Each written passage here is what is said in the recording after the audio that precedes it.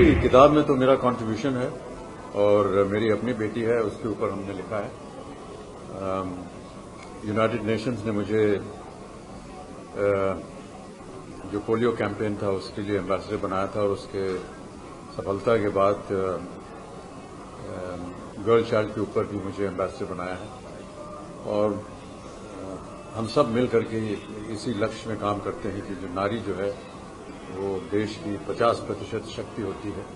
उसको उसका हक, उसका कर्तव्य मिलना चाहिए। और मैं अपने लिए केवल इतना कह सकता हूं कि मैंने तो कभी अपने स्वयं परिवार में बेटी और बेटा में कोई अंतर नहीं रखा है। और कई बार मैं ये कह चुका हूं कि मृत्यु के बाद जो कुछ भी मेरा छोटा मोटा होगा वो आधा आधा पूरा मैं बेटी और पुत्र को दोनों को दूंगा।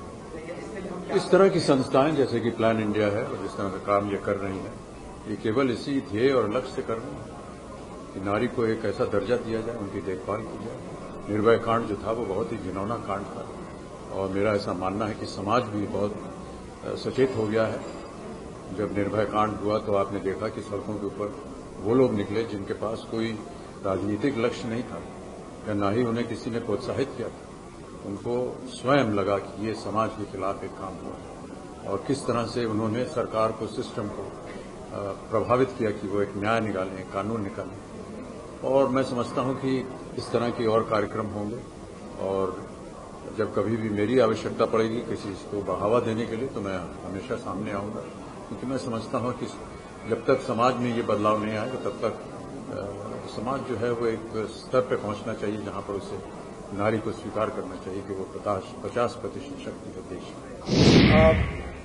मेरी बेटी मेरी शक्ति किताब के लिए इसमें जितने भी सेलिब्रिटीज चुने गए हैं उसकी बेसिस ये थी कि उनका अपनी बेटियों के साथ किस तरह का रिश्ता रहा और किस तरह से उन्होंने अपनी बेटियों को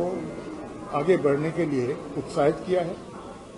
किस तरह से उन्होंने अपने बेटियों को सशक्त बनाने की कोशिश की है। जब